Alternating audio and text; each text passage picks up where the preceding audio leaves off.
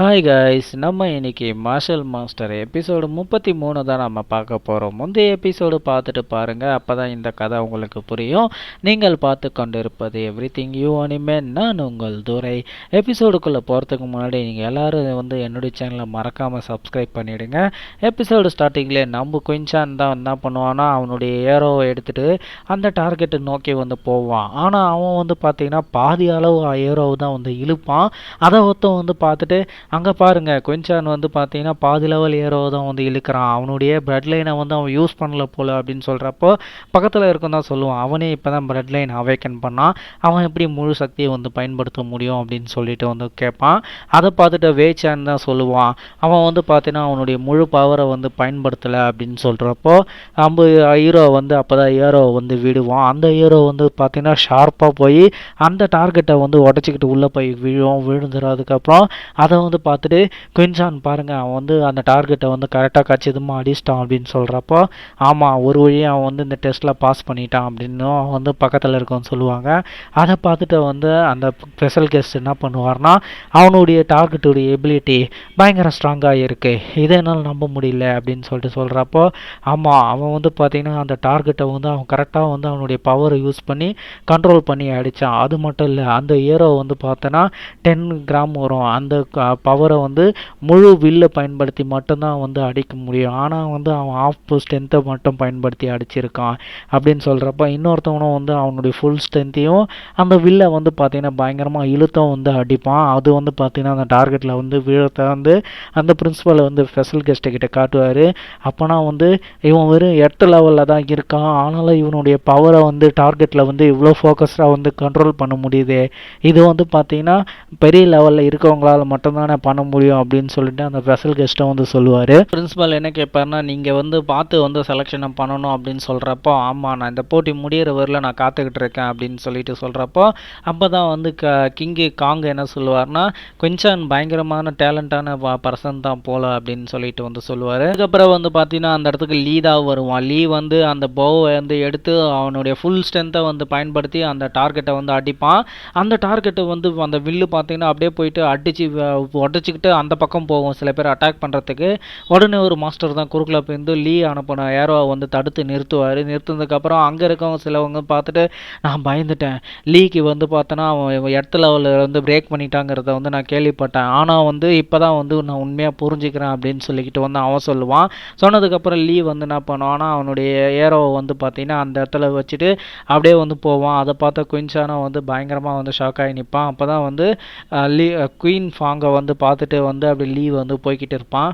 அப்போ தான் அதை பார்த்தா மேலே இருக்க ஸ்பெஷல் கெஸ்ட் என்ன சொல்லுவார்னா, இவன் தன்னுடைய 17 வயசுலேயே இடத்த லெவலை பிரேக் பண்ணிட்டான், அப்படி வயசுக்கு இது அதிகமானது அப்படின்னு சொல்கிறப்ப அடுத்தது லியாங்கோ யூஸ் பண்ணுறதாங்க காட்டுவாங்க. அவளும் அந்த டார்கெட் அடிச்சிருவா.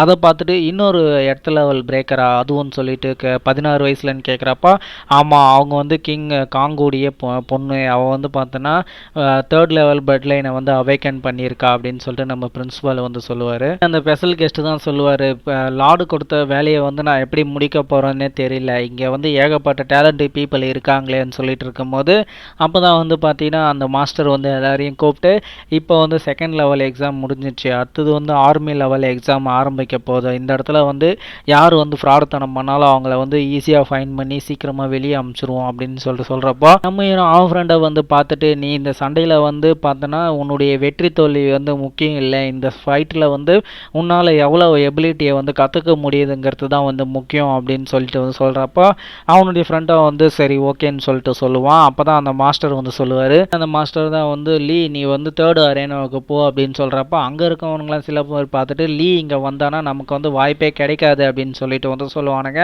அதே மாதிரி லீ நின்னதுக்கப்புறம் அவங்ககிட்ட சண்டை போகிறதுக்கு எல்லாரும் பயப்படுவானுங்க. அதுக்கப்புறம் நம்ம லீட்டியான்கெல்லாம் அவனுடைய ஃப்ரெண்டை பார்த்து நீ 4th அரேனாவுக்கு போ அப்படின்னு சொல்கிறப்போ அப்போ தான் குயின் ஃபேன் என்ன பண்ணுவான்னா, நீ மட்டும் என்னை எதுவும் சண்டை போடுறானா, அப்போ யாருங்கிறத காட்டுறா அப்படின்னு சொல்லிட்டு அவன் சொல்லுவான். சொல்லும் போது குயின்சானே பார்த்தீங்கன்னா 4th அரேனாவுக்கு தான் அனுப்புவாங்க. அனுப்பிச்சதுக்கப்புறம் சண்டை இப்போ எல்லாரையும் ஷஃபில் பண்ணியாச்சு, நீங்கள் போட்டி ஆரம்பிக்கலாம் அப்படின்றப்போ ஒருத்தன் பார்த்தீங்கன்னா தன்னுடைய ஹேண்ட்ஸில் இருக்க பவரை பயங்கரமாக யூஸ் பண்ணி சண்டை போட்டுருக்கோம். அப்படி சண்டை போடுறத மேலே இருந்து அந்த ஸ்பெஷல் கெஸ்ட்டும் நம்மளுடைய பிரின்சிபலும் வந்து பார்த்துட்டு இருக்கும்போது அவன் என்ன பண்ணுவானா, அவனுடைய ஒட்டுமொத்த பவரையும் வந்து யூஸ் பண்ணி ஒரு பிளாஸ்ட் வந்து அடிப்பான். அது அங்கே இருக்கவனுங்க மேலே அப்படியே பட்டு அவனுங்க எல்லாம் தெரிச்சு கீழே போய் விழுவானுங்க. அப்போ தான் வந்து அதை பார்த்துட்டு ஒருத்தன் வந்து இவன் வந்து பார்த்தீங்கன்னா அவனுடைய ட்ரூ கியூக்கு வந்து பயங்கரமாக யூஸ் பண்ணுறான் போல், அதனால தான் இவனுக்கு இவ்வளோ பவர் இருக்குது அப்படி, அவன் கண்டிப்பாக வந்து எர்த் லெவலில் ரீச் பண்ணியிருப்பான் அப்படின்னு சொல்லிட்டு வந்து மேலே இருக்கவங்க பேசுவானுங்க. லியாங்கோ வந்து சொல்லுவார், அந்த ஸ்பெஷல் கெஸ்ட்டுடைய பேர் லியாங்கோ, அவர் வந்து சொல்லுவார் இவனுடைய இப்போ ஸ்வாடை யூஸ் பண்ணி இவனுடைய டெக்னிக்லாம் வந்து பயங்கர ஸ்ட்ராங்காக இருக்குது, அவனுடைய கையை வந்து பார்த்தீங்கன்னா அவனை ஸ்வாடு மாதிரி வந்து பயன்படுத்தியிருக்கான் அப்படின்னு சொல்கிறப்போ அப்போ தான் பிரின்ஸிபல் சொல்லுவார், இவன் அந்த சைல்டை வந்து நான் இது வரலாம் அந்தளவுக்கு கேர் பண்ணதில்லை, ஆனால் இவன் கண்டிப்பாக வந்து டாப் 3க்குள்ளே வருவான், இவதை வந்து செலக்ட் பண்ணுறதுக்கு மாஸ்டர் லியாங்க்கு வந்து தான் கஷ்டமாக இருக்கும் அப்படின்னு சொல்லிட்டு வந்து நம்ம பிரின்ஸிபலும் சொல்லுவார். இவனோட ஆரா வந்து பயங்கர ஸ்ட்ராங்காக இருக்குது. லின்ஷான் வந்து பார்த்தீங்கன்னா ரொம்ப ஸ்மார்ட்டாக தான் இருக்கா, இவனுடைய வாங்குடைய ஸ்டைலு வந்து பார்த்தீங்கன்னா ரொம்ப ஸ்ட்ராங்காக தான் இருக்குது. இவங்க 3 பேரில் யாரை செலக்ட் பண்ணுறதுங்கிறத வந்து இந்த அரேனாக்குள்ளே இருக்கும்போது தான் வந்து எனக்கு தெரியும், இப்போ இந்த அரேனா தான் அதை டிசைட் பண்ணணும் அப்படின்னு சொல்லிட்டு அவரும் வந்து சொல்லுவார். வாங் மேலே தான் எனக்கு நம்பிக்கை இருக்குது அப்படின்னு சொல்கிறப்போ வாங்கு வந்து பார்த்தீங்கன்னா சாதா ஆர்டினரி ஆள் தான் அப்படின்னு சொல்லிட்டு வந்து பிரின்சிபல் தான் மனசுக்குள்ளே நினச்சிட்டு மிஸ்டர் லார்டு கூட வந்து பார்த்தோன்னா இந்த கியூ எம்பையரில் சாதாரண ஆளாக தான் இருந்தார், அதுக்கப்புறம் வந்து அவர் ஸ்ட்ராங்கான ஆளாக மாறி இந்த கியூ எம்பையரே வந்து கண்ட்ரோல் பண்ணார் அப்படின்னு சொல்லிட்டு வந்து சொல்கிறப்போ ஆமாம் நான் வந்து பார்த்தேன், அது மட்டும் இல்லை இந்த குயின்சானுடைய கல்டிவேஷன் ரோல் லெவல் தான் இருக்குது, ஆனால் இவன் வந்து பார்த்தோன்னா பண்ணுறதுல எனக்கு வந்து வித்தியாசமாக இருக்குது அப்படின்னு சொல்லிட்டு அவர் சொல்கிறப்போ அப்போ தான் நம்ம ஹீரோவை வந்து காட்டுவாங்க. நம்ம ஹீரோவுக்கு முன்னாடி வந்து லிங்ஃபாங் உடைய அல்லக்கை தான் ஒருத்தன் வந்து நின்று டேய் பையா ஒழுங்கு மாதிரியே எனக்கு வந்து தலை வணங்கி நீ இப்பயே நின்றுடு அப்படின்னா உன்னை உயிரோடு விடுறான் அப்படின்னு சொல்லிட்டு அவன் சொல்கிறப்போ தான் வந்து சொல்லுவான், இப்படி பேசின நிறைய பேரை வந்து நான் உயிரோடு விட்டது இல்லைடா அப்படின்னு சொல்லிட்டு நம்ம ஹீரோ வந்து சொல்கிறப்போ அவன் உடனே வந்து எகிரி வந்து அட்டாக் பண்ண வருவான். நம்ம ஹீரோ வந்து அவனுடைய ஸ்ட்ரென்த்தை வந்து கைக்கு கொண்டு வந்து அந்த அட்டாக்கை வந்து டாச் பண்ணுவான். டாச் பண்ணும்போது வந்து நம்ம ஹீரோவுடைய ஃப்ரெண்டை தான் வந்து காட்டுவாங்க. அவன் வந்து பார்த்தீங்கன்னா குயின் ஃபேனுக்கு எதிராக வந்து சண்டை போட்டுட்டு இருப்பான்.